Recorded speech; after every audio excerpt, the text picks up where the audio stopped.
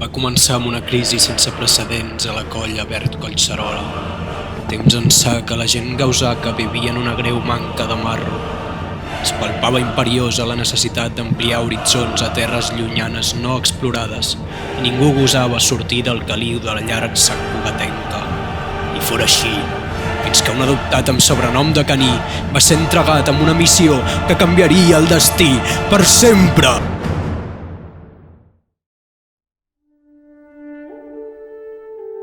Necessitem gent.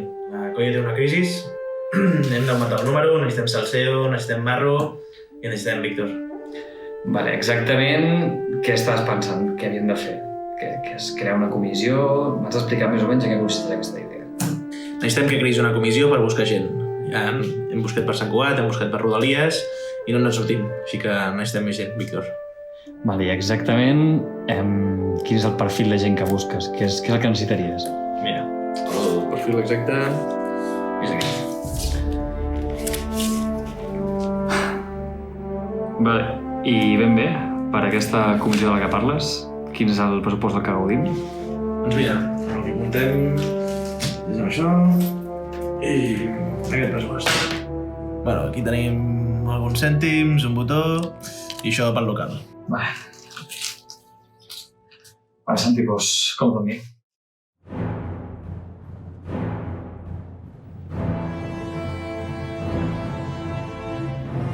Taps, cap a taps.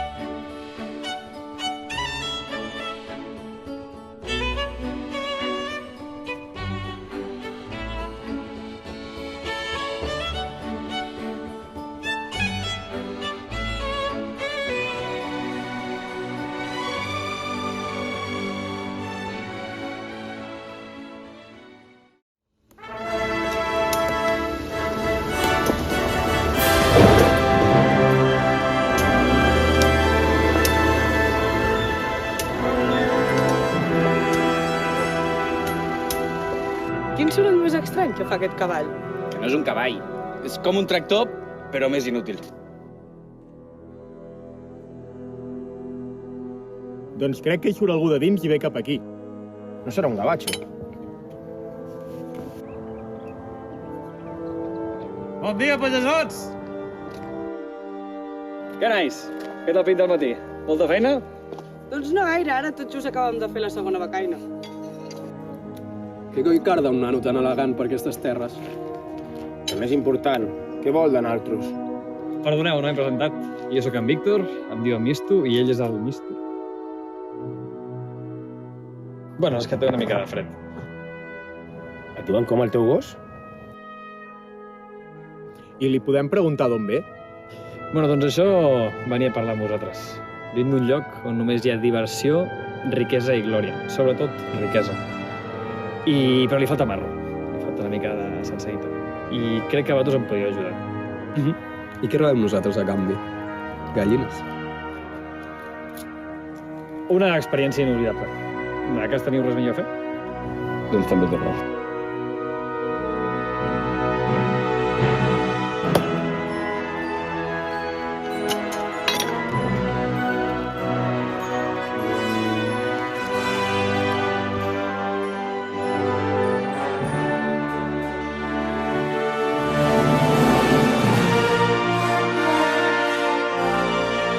Mare espavilada, que has visto? Ven, anda. Au, som-hi.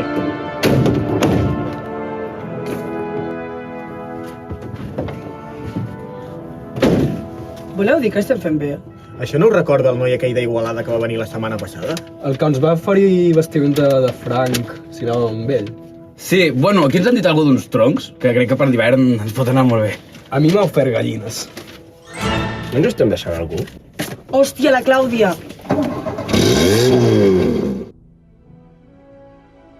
La història es va convertir en llegenda. La llegenda es va convertir en mite.